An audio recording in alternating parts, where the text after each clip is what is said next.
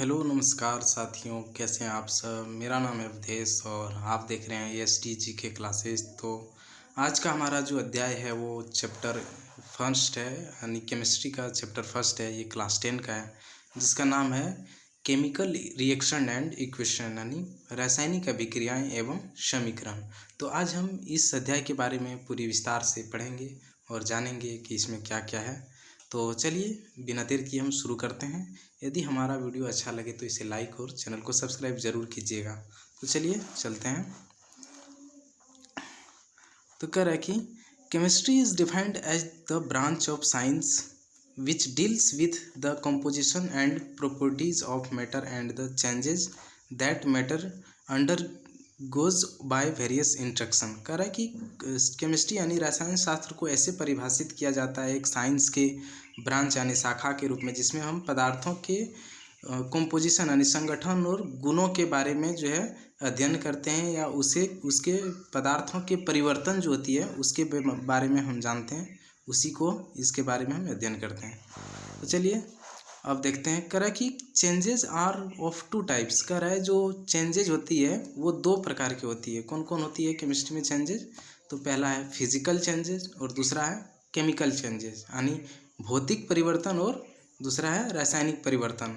तो इसमें हम जानेंगे कि भौतिक परिवर्तन क्या है, यानी फिजिकल चेंज क्या है, और केमिकल चेंज क्या है। क्योंकि हम हेडिंग क्या है, changes are of two types, यानी जो परिवर्तन है वो कितने प्रकार के होते हैं, दो प्रकार के दिए गए हैं।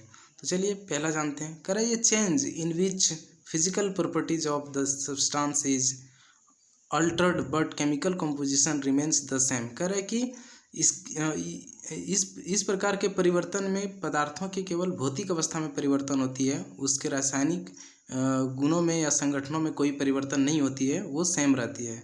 कह रहा है for the example melting of ice, जैसे कि उदाहरण के तौर पर बात करें तो आइस मतलब होता है ये बर्फ़ का पिघलना।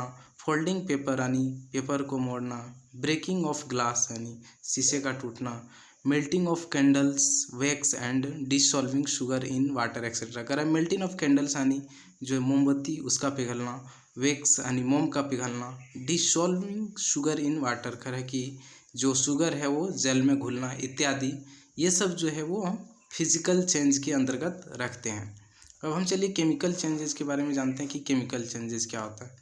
कह रहा है the change in which chemical composition of substances is Altered. कह रहा है कि ऐसा परिवर्तन जो रासायनिक संगठनों के पदार्थों के रूप में होता है और उसका पूरा ही जो है गुण बदल जाता है। जैसे कि एग्जांपल की बात करें, रस्टिंग ऑफ आयरन, यानी जो है आयरन में जो है जंग लगना, यह भी एक क्या है, केमिकल चेंजेस है। And the burning of would etcetera कर है, और लकड़ियों का जलना इत्यादि, यानी एक बार लकड़ी जल गया तो पुनः हम उसे लकड़ी के रूप में प्राप्त नहीं कर सकते हैं, और इस प्रकार के परिवर्तन को हम केमिकल चेंजेस कहते हैं।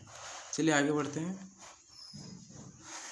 कह रहा है कि ये chemical compound is form as a result of chemical change. कह रहा है कि एक केमिकल कंपाउंड जो है वो फॉर्म किए जाते हैं ऐसे तौर पर कि केमिकल चेंजेस के तौर पर। कह रहा है एंड इन दिस प्रोसेस, और इस प्रक्रिया में different types of energies are इधर एब्जॉर्ब और इवॉल्व। कह रहा है और इसमें अनेक प्रकार की जो है ऊर्जाएं एब्जॉर्ब होती है या इवॉल्व होती है।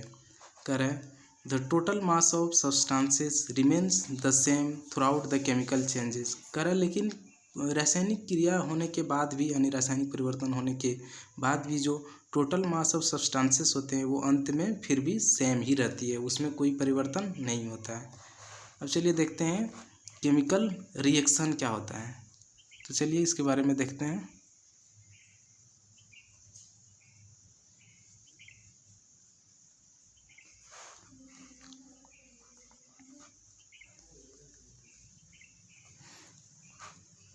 तो कह रहा है केमिकल रिएक्शंस। कह रहा है द प्रोसेस बाय विच ये compound undergo any chemical change to give a new compound is known as a chemical change reaction.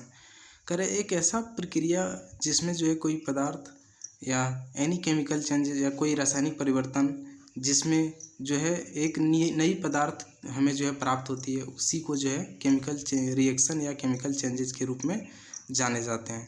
कह रहा है this chemical changes is indicated by a chemical equation. और इस chemical changes यानी रासायनिक परिवर्तन को जो है एक केमिकल इक्वेशन यानी रासायनिक समीकरण के द्वारा इंडिकेटेड किया जाता है, सूचित किया जाता है। कह रहा है the matter that is undergoing changes in equation is known as reactant. कह रहा है वैसे पदार्थ जो रासायनिक अभिक्रियाओं में भाग लेती है वो जो है रिएक्टेंट के नाम से जाने जाते हैं, यानी अभिकारक के नाम से जाने जाते हैं। एंड न्यू केमिकल कंपाउंड और substances form is known as product. और कह रहा है इस अभिक्रिया के बाद जो हमें नई पदार्थ का जो प्राप्त होता है वो किस प्रकार से नाम से जाने जाते हैं, प्रोडक्ट यानी उत्पाद के नाम से। तो चलिए आज का क्लास हम यहीं तक रखते हैं। यदि आपको वीडियो अच्छा लगे तो चैनल को सब्सक्राइब और वीडियो को लाइक ज़रूर कीजिएगा। धन्यवाद।